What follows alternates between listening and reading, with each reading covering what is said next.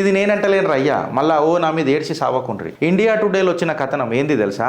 Muslims ఎందులన్నా number 1 ఉన్నారు అని అంటే అది రేప్ చేసుట్ల నంబర్ 1 ఉన్నారట, లూటీ దొంగతనం చేసుట్ల నంబర్ 1 ఉన్నారట, డకాయిటీల నంబర్ 1 ఉన్నారట. నేనంటలేను రా నాయన. అస్సాం పాలిటీషియన్ బరుద్దీన్ అజ్మల్ అంటున్నారు రయ్యా. ఇండియా టుడేలో వచ్చిన కథనం చూడరు, మీ కళ్ళ కాకులు కూడా. మళ్ళీ నన్ను పొద్దుగాల లేచి నా మీద ఎడవకుండ్రి. గిరీష్ గారు లేవంగానే పొద్దున్న లేవగానే ఇట్లాంటి మాటలే మాట్లాడతాడని. ఇగో ఇండియా టుడేలా వచ్చిన కథనం చెప్తున్నా.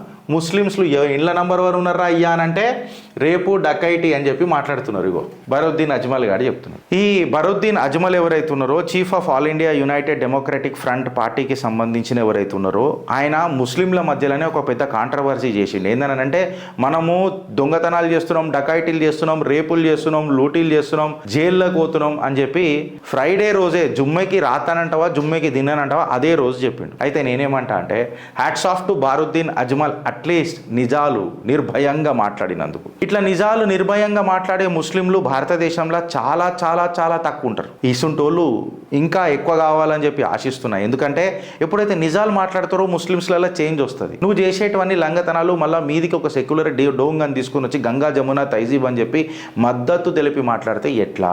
ఆడికి ఆగిపోయింది అని అంటే ఆడికి ఆగలే. అజ్మల్ ఏమంటాడంటే ముస్లిం యువతల నేను ఎడ్యుకేషన్ చూడలే, ఎడ్యుకేషన్ అనేది చాలా తక్కువ ఉంది, అందుకే మనము ప్రపంచ స్థాయిలో వెనుకబడిపోయినాం అని చెప్పి మాట్లాడుతున్నాడు.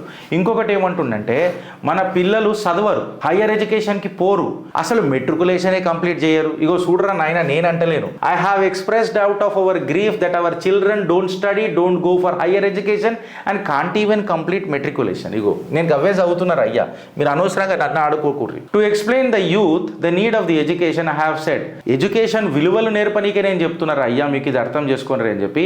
ఇవాళ హయ్యెస్ట్ క్రైమ్ రేట్ అనేది ముస్లింలలో అందుకే వచ్చింది అని చెప్పి చెప్తున్నా. ఆయన ఏమన్నానంటే ముస్లిం ఎవరైతే ఆయన ఏమన్నానంటే యువకులు ఇంకా పురుషులు ఆడోళ్ళను చూడంగానే ఒక గలీజ్ ఆలోచనలు రావద్దు. నేను అనలేరు అయ్యా, అజ్మల్ అన్నాడు, పుణ్యాత్ముడు నిజాలు మాట్లాడాడు మీ మీద. ఆయన ఏమన్నాడు, boys and men should not have malicious intentions looking or interacting with girls. మీరు ఆడోళ్ళను చూడంగానే మీకు మెలికలు తిరిగిపోతారు, గలీజ్ ఆలోచనలు తప్ప వేరే రావు, ఎస్పెషలీ ముస్లిం యువకులకు ముస్లిం పురుషులకు అని చెప్పి ఆయన మాట్లాడాడు. ఇంకొకటి ఆయన ఏమన్నాడు, for boys who say that they get sexually excited after looking men, I want to tell them that Islam says that there is an appropriate way to behave and when we go to market or any public place to and see women. ఆయన ఏమన్నాడు, అమ్మాయిలను చూడంగానే మెలికలు తిరిగిపోయే ఆ పోరలకు, ఆ యువకులకు, ఆ పురుషులకు ఖురాన్లా సద్బుద్ధి నేర్పిందిరా, మన మతం మనకు సద్బుద్ధి నేర్పిందిరా, ఖురాన్లా మహిళలకు ఎంత గౌరవం ఇవ్వాలరా అని చెప్పి అజ్మల్ చెప్పి పుణ్యం కట్టుకున్నాడా లేదా? అజ్మల్కి ఇవాళ నేను ధన్యవాదం చెప్తున్నా. ఆయన ఇంకొకటి ఏమంటాడంటే ఇవాళ మనకు ఏదైతే తక్కువ చదువుకున్నాం, లో లిటరసీ రేట్ అంటాం కదా, బికాస్ ఈ లో లిటరసీ రేట్ వల్లనే మనం ముస్లింలం అందరము డెవలప్మెంట్కి దూరమైనము. అందుకనే ఇవాళ మనము గవర్నమెంట్ని బ్లేమ్ చేస్తున్నాము. అసలు యాక్చువల్గా మన చైతన్యానికి కారణం మనమే అని చెప్పి చెప్పిండు, నేను కాదు అజ్మల్. ఇంకొకటి ఏమన్నాడంటే అజ్మల్, ఆయన ఒక alumni meeting in Assam's Goalpara district October 20 రోజు ఏం మాట్లాడిండంటే ఆయన కమ్యూనిటీ ఎడ్యుకేషనల్ షార్ట్ కమింగ్స్ కూడా మాట్లాడిండు. ఆ అజ్మల్ ఏం మాట్లాడిండంటే ఇవాళ క్రైము, రేపు, డకాయిటీ ఇవన్నీ నంబర్ 1 మన దగ్గర ఉన్నాయి. ఇవాళ మనం ఏమంటారు, చంద్రుడి దగ్గరికి మనం రాకెట్లను పంపిస్తున్నాం, మనము ఆదిత్య లాంటి ప్రాజెక్టులు లాంచ్ చేస్తున్నాం. కాకపోతే ఇండియన్ ముస్లిమ్స్ అనేటోళ్ళు ఏడున్నారా నాయన, నాకు అర్థం కాదు. ఇండియన్ ముస్లిమ్స్ ఏడున్నారో చెప్పుర్రి అని చెప్పి. People are going to the moon and the sun and we are doing PhD and how to go to jail. ముస్లింలు ఏం చేస్తున్నారు అంటే మనం PhD చేస్తున్నాం, జైలుకి ఎట్లా పోవాలి అని. దేశంలోనేమో చంద్రగ్రహణం మనం ఏమంటారు చంద్రమండలం మీదకి అక్కడికి ఇక్కడ పోనీకి ప్రయత్నాలు చేస్తున్నారు, మనమేమో జైలుకి ఎట్లా పోవాలా అని చెప్పి PhDలు చేస్తున్నాం. So importance of education and importance of ఏమంటారు ఎంప్లాయ్మెంట్, ఇవి ముస్లిం యూత్ జల్దీ నేర్చుకుంటే మన ముస్లిం కౌం బాగుపడుతుంది అని చెప్పి బరుద్దీన్ అజ్మల్ నిజాలు మాట్లాడి పుణ్యాత్ముడు. ఇక గిసుంటోళ్ళ కాళ్ళు మొక్కాలి, ఎందుకంటే గిసుంటోళ్ళు చాలా తక్కువ దొరుకుతారు, 100లో ఒక్కడు కూడా దొరకడు కష్టం. అసుంటోడు దొరికినప్పుడు న్యాచురల్గా ఆయన గురించి మనం మాట్లాడాలా, ఈయన గురించి ఎందుకు మాట్లాడాలా అని చెప్పి మాట్లాడితే వీడికి ఆగిపోదు, కథ పెద్దగా ఉంటుంది. ఎందుకు అనంటే మీకు ఝాన్సీలా ముఫ్తీ ఖలీద్ అనేటోడిని ఎన్ఐఏ అరెస్ట్ చేయడానికి వచ్చింది. ఈ ముఫ్తీ ఖలీద్ అనేటోడు ఎవడో తెలుసా? జైషే మొహమ్మద్కి సంబంధించిన ఒక రాడికల్ ఇస్లామిస్ట్. ఈయన్ని అరెస్ట్ చేయకుండా మొత్తము ముస్లిం మహిళలందరూ కలిసి అని షీల్డ్ చేసి అని కాపాడి అరెస్ట్ చేయకుండా, వెనకటికి కాశ్మీర్లో మనం సినిమాలలో చూస్తాం, చేయకుండా అయితే కట్ చేసి సీన్ లోపలికి డైరెక్ట్గా పోతే డిసెంబర్ 12, 2024 రోజు నేషనల్ ఇన్వెస్టిగేషన్ ఏజెన్సీ వచ్చి ముఫ్తీ ఖలీద్ గారిని ఝాన్సీలో అరెస్ట్ చేసే ప్రయత్నం చేసింది ఉత్తరప్రదేశ్లో. అయితే ఈ ఖలీద్ గాడికి జైషే మొహమ్మద్ తోని లింకులు ఉన్నాయి. ఈడు ఒక టెర్రరిస్ట్ ఆర్గనైజేషన్కి పనిచేస్తున్నాడు. ఈయన రాడికల్ ఐడియాలజీస్ వల్ల ముస్లిం యువతని ఒక వైలెన్స్ సైడ్ నడుపుతున్నాడు అని చెప్పి గంభీరమైన ఆరోపణలు ఉన్నాయి. వీని ఎన్ఐఏ అరెస్ట్ చేయడానికి వచ్చింది. వీడి మీద 5 స్టేట్లల్లో పెద్ద పెద్ద పంచాయతీలు, పంచనామాలు, ఎఫ్ఐఆర్లు అన్నీ ఉన్నాయి. వీడికి ఒక పెద్ద నెట్వర్క్ ఉన్నది. ఈ నెట్వర్క్ మొత్తము టెర్రరిస్ట్ ప్రాపగాండాని అండ్ రాడికలైజేషన్కే ఉపయోగం చేసిండు. రేడ్ చేసి ఈయన అరెస్ట్ చేద్దామని అన్నప్పుడు ముస్లిం మహిళలు, డైరెక్ట్ చెప్తున్నా, ముస్లిం మహిళలు రోడ్ల మీదకి వచ్చి ఒక మ్యాసివ్ ప్రొటెస్ట్ చేసి ఆల్మోస్ట్ వీరిని అరెస్ట్ చేయకుండా అఫీషియల్స్ని అడ్డుకున్నారు. కాకపోతే వీళ్లకు దరిద్రం దండయాత్ర చేసి ఎన్ఐఏ జర అప్రమత్తమయ్యి మళ్ళీ ఇన్ని లోపలికైతే తీసుకున్నది. వీళ్ళు ఏం ఇమ్యూనిటీ చేస్తున్నారు? ఇప్పుడు అజ్మల్ బరుద్దీన్ ఎవరైతే మాట్లాడినరో ఏఐయుడిఎఫ్ చీఫ్, ఇది వాస్తవం కాదా? మరి మీరు రేపులు, డకాయిటీలు, లూటీలు, ఈ రాడికలైజేషన్స్లలోనే నంబర్ 1 అవుతున్నారు తప్ప దేశాన్ని అభివృద్ధి చేసి అభివృద్ధి ప్రదంలో నడిపించి మీ ప్రతిభ పెంచుకొని మీరు ప్రయోజకులయ్యే ఒక్క లక్షణమన్నా మీరేమన్నా మాట్లాడించిర్రా? మీ ముస్లిం మహిళలకి ఇలా మీరు ఏం సందేశం ఇస్తున్నారు అని అనేది ఒక పెద్ద ప్రశ్న. ఈ ప్రశ్నకు ఎవడు సమాధానం చెప్తాడు? ఎవడు ఆన్సర్ చెప్తాడు? సమస్య మీరే.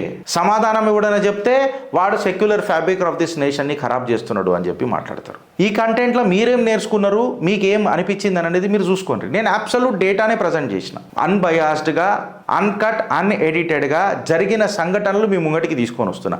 ఇంకా నువ్వు నిద్రలకేం లేవ్వక మేము అది ఎక్స్పెక్ట్ ఇట్లా చేద్దాం గిరీష్ భాయ్, అరే మాటలు మాట్లాడడానికి చాలా ఈజీ ఉంటుంది. నీకు అనిపించవచ్చు నేను సికింద్రాబాద్ వెళ్ళిపోదామని. ఎట్లా వెళ్ళిపోతావు? నువ్వు కష్టపడాలా, బండి ఎక్కాలా, కార్ ఎక్కాలా, కార్ నడపాలా, సెల్ఫ్ కొట్టాలా, కార్ నడపాలా, ట్రాఫిక్లో తీసుకోపోవాలా, నువ్వు కరెక్ట్గా నడిపినా వేరేవాడు కూడా అడ్డం వస్తాడు, వాడిని చూసుకోవాలా, లేకపోతే పంచాయతీలో నువ్వు కూడా పడతావు. సో ఇవన్నీ ఒక కారు నడపనికేటప్పుడే నీకు ఇన్ని పంచాయతీలు ఉంటే ఒక ప్రభుత్వం నడిపేటప్పుడు నీకు ఎన్ని పంచతంత్ర కథలు ఉంటాయని అనేది నువ్వు అర్థం చేసుకో. ప్రాక్టికల్ సినారియోస్లో కొంచెం ఆలోచించు. ఇవాళ సరిహద్దులు ఉన్నోడే సైనికుడు కాదు, ఇవాళ నువ్వు కూడా ఒక సైనికుడివే. మా శ్రీధర్ అని అంటాడు కదా, ఇవాళ నువ్వు కూడా సైనికుడివే. బికాజ్ భారత్ని నువ్వు కూడా అంతే ప్రేమిస్తున్నావు కదా. మళ్ళీ ప్రేమ కేవలం ఆ ప్రేమని మనసులోనే పెట్టుకుంటావా, బయట చూపిస్తావా?